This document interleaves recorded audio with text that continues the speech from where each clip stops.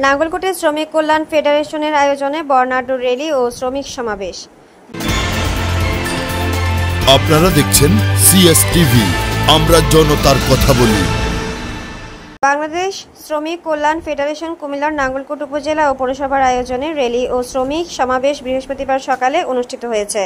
নাঙ্গলকোট আরিফুর রহমান সরকারি উচ্চ বিদ্যালয়ের প্রাঙ্গণ থেকে র্যালি শুরু করে নাঙ্গলকোট বাজারের প্রধান সড়ক প্রদক্ষিণ শেষে বটতলায় গিয়ে সমাবেশে মিলিত হয়।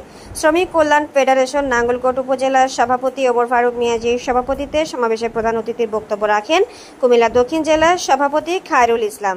শ্রমিক কল্যাণ ফেডারেশন নাঙ্গলকোট পৌরসভার সভাপতি মাস্টার সোলাইমানের সঞ্চালনায় শ্রমিক সমাবেশে বিশেষ অতিথির বক্তব্য রাখেন বাংলাদেশ জামায়াতে ইসলামী নাঙ্গলকোট উপজেলা আমির মাওলানা জামাল উদ্দিন, পৌরসভা আমির হারুনুর রশিদ।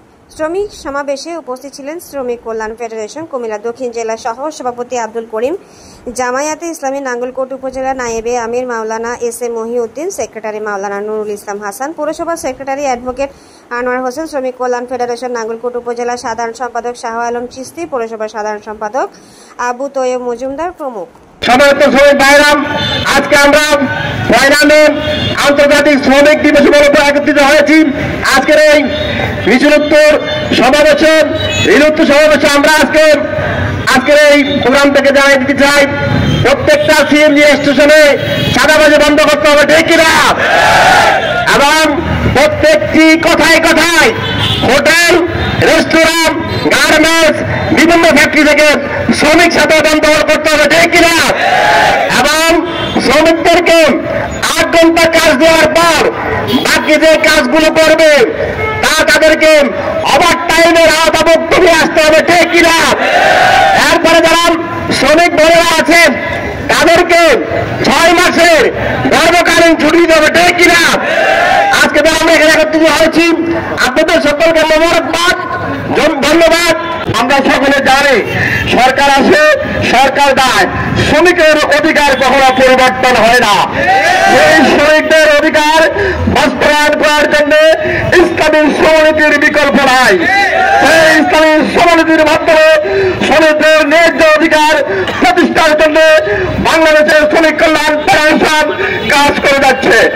আজকের এই শ্রমিক সমাবেশ থেকে উদাত্তবাদ জানাবো নাঙ্গলকোটের প্রত্যেকটি অঞ্চলে শ্রমিকদের মাঝে শ্রমিকদের ন্যায়সঙ্গত যে ব্যবহার, সে ব্যবহারকে পৌঁছিয়ে দেওয়ার জন্য আজকে যারা শ্রমিক কল্যাণের দ্বারা উপস্থিত হয়েছেন আপনারা ব্যাপকভাবে ভূমিকা রাখবেন ইনশাআল্লাহ। আসুন শ্রমিকদের অধিকার থেকে বঞ্চিত করার জন্য অন্যায়ভাবে সিএনজির জিপির নামে এদের উপরে যে চাঁদাবাজি করা হচ্ছে, শ্রমিক কল্যাণ কেন্দ্রীয়ভাবে এদের উদ্বেগ প্রকাশ করেছে। আমরা তা থেকে সংশ্লিষ্ট কর্তৃপক্ষকে বিরত থাকার জন্য অনুরোধ করছি। শুধু তাই নয়, বাস স্টেশন থেকে শুরু করে সকল ক্ষেত্রে শ্রমিকদেরকে অন্যায়ভাবে যে হয়রানি করা হচ্ছে, এই হয়রানি থেকে নিজেদেরকে মুক্ত রেখে শ্রমিকদেরকে সুন্দরভাবে তাদের কার্যক্রম পরিচালনা করার জন্য উদাত্ত আহ্বান জানিয়ে সকলকে ধন্যবাদ জানিয়ে আমার সংক্ষিপ্ত কথা শেষ করছি। আমরা শুধু একটি বিষয়ে স্মরণ করে দিতে চাই, শ্রমিকদের উপরে সবসময় নিপীড়িত, নির্যাতিত, তাদের উপরে জুলুম নিষ্পেষণ ছিল সব সময়। তার অংশ হিসাবে ওই 1886 সালে ওই যুক্তরাষ্ট্রের শিকাগো শহরের হে মার্কেট নামক স্থানে শ্রমিকদের তখন 12 থেকে 14 ঘন্টা কর্মঘণ্টার ডিউটি করতে হতো। তার প্রতিবাদে 8 ঘন্টার কর্মঘণ্টা করার দাবিতে সেদিনে তারা বিক্ষোভে পেটেছিল, তারা আন্দোলন করেছিল, মিছিল করেছিল।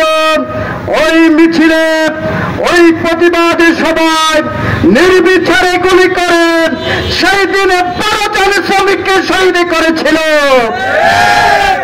আর অংশ হিসাবে 1886 সালে ওই শ্রমিকরা রাজপথে ছেড়ে ওই 1 তারিখে, 3 তারিখে, 5 তারিখে, 7 তারিখে তাদের আন্দোলন যখন অব্যাহত ছিল, তখন ওই আমেরিকার হে মার্কেট নামক স্থানে তাদের আন্দোলনের উপর স্টিম রোলার চালিয়েছিল, শ্রমিকরা আন্দোলন শুরু করেছিল এবং তাদের ঘন্টা দাবি আদায়ে তারা সক্ষম হয়েছিল।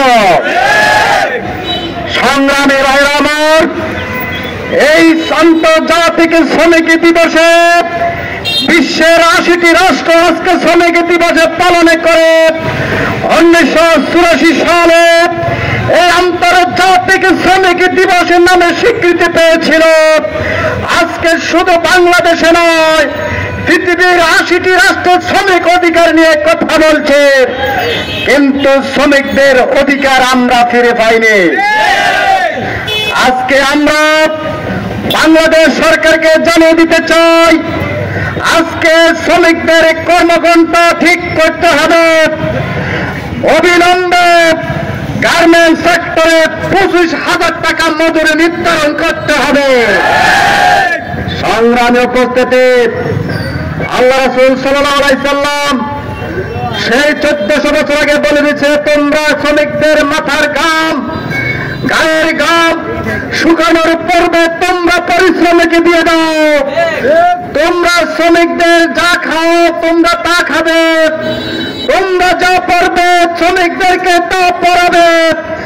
কিন্তু আজকে 90% মুসলমান দেশে আল্লাহ রাসূল সাল্লাল্লাহু আলাইহি সাল্লাম আদর্শ তো দূরের কথা, বর্তমান বাংলাদেশের শ্রমিক বান্ধব কোনো আইন তৈরি হয় না। আমরা অনেক বিলম্বে আজকে দাবি করতে চাই, শ্রমিকদের অধিকারের জন্য আইন সংস্কার করে শ্রমিক বান্ধব সমস্যার সমাধান করার জন্য সরকারকে ভূমিকা রাখতে হবে। সংগ্রামী উপস্থিতি, কথায় কথায় শ্রমিক চাঁদাই, আজকে আমাদের পরিবহন সেক্টরের চাঁদাবাজে আমরা বলে দিতে চাই, নতুন বাংলাদেশে 26-এর বাংলাদেশে যারা চাঁদাবাজি করবেন তাদের বিরুদ্ধে জনগণকে নিয়ে আমরা সংগ্রাম করব। এখন আপনাদের খিদা বেশি, আপনাদের শ্রমিকদের পক্ষে কথা বলেন, শ্রমিকদের থেকে চাঁদাবাজি বন্ধ করেন। যারা চাঁদাবাজি করেন প্রশাসনকে বলবো উদ্বেগ নেন, তাদের বিরুদ্ধে প্রশাসনকে অনুরোধ করব। আর কিছু কিছু প্রশাসনে জড়িত আছে, আমরা আপনাদেরকে বলবো এই শ্রমিক চাঁদাবাজি বন্ধ করুন। নচেত কুমিল্লা জেলার এবং সারা বাংলাদেশের প্রত্যেকটি জায়গায় শ্রমিক কল্যাণ ফেডারেশনের নামে, শ্রমিক কল্যাণ ফেডারেশনের উদ্যোগে আপনাদের বিরুদ্ধে আমরা দুর্বার আন্দোলন গড়ে তুলব। মহিলা শ্রমিক, আজকে আপনারা আইন কার্যকর নাই, আইন করেন, মাতৃকালীন ছুটি 6 মাস বাধ্যতামূলক করেন, তাদেরকে ছুটির ব্যবস্থা করেন, চিকিৎসার ব্যবস্থা করেন, তাদেরকে নিরাপত্তার ব্যবস্থা করেন, এটা সরকারের দায়িত্ব। আজকে আমরা বলতে চাই, মাতৃকালীন ছুটি আজকে আমাদের 6 মাস করে এই দেশের আমাদের মা বোনদেরকে বসবাস করার জন্য, চাকরি বাকরি করার জন্য আপনারা সুযোগ সুবিধা নিশ্চিত করেন। আজকে শ্রমিক কল্যাণ ফেডারেশন সেটাই কাজ করছে, দুনিয়ার কল্যাণ আখিরাতের মুক্তির জন্য, ইসলামী সমাজনীতি বাস্তবায়ন করার জন্য আজকে শ্রমিক কল্যাণ ফেডারেশন সারা বাংলাদেশে কাজ করে যাচ্ছে। আজকে আমাদের পৃথিবীতে শান্তি আসে নাই, কারণ শ্রমিক আইন এবং আল্লাহর আইন এবং রাসূল সাল্লাল্লাহু আলাইহি আদর্শ বাস্তবায়ন নাই। তাই আসুন, আগামী দিনের শ্রমিকদের পক্ষে যদি আমরা থাকতে চাই, আল্লাহর আইন এবং সৎ লোকের শাসনের মাধ্যমে, এই দেশের রাষ্ট্রীয় সংস্কারের মাধ্যমে, শ্রমিক আইন সংস্কারের মাধ্যমে আমরা শ্রমিকদের পক্ষে ভূমিকা রাখি। শ্রমিকদের যে শোষণ করা হয়েছিল, সেই শোষণের বিরুদ্ধে আজকে বাংলাদেশের শ্রমিক কল্যাণ ফেডারেশন ভূমিকা রাখছে। আগামী দিনে সেই শ্রমিকদের চাঁদাবাজি থেকে মুক্ত করার জন্য, ইসলামী সমাজনীতি বাস্তবায়নের লক্ষ্যে সকলের জায়গা থেকে ভূমিকা রাখার জন্য আহ্বান জানিয়ে আজকে প্রোগ্রামে উপস্থিত হওয়ার জন্য সকলকে আন্তরিক ধন্যবাদ জানিয়ে আজকে প্রোগ্রাম এখানে শেষ করছে। আসসালামু আলাইকুম ওয়া রাহমাতুল্লাহি ওয়া বারাকাতুহু। আপনারা দেখছেন CS টিভি, আমরা জনতার কথা বলি।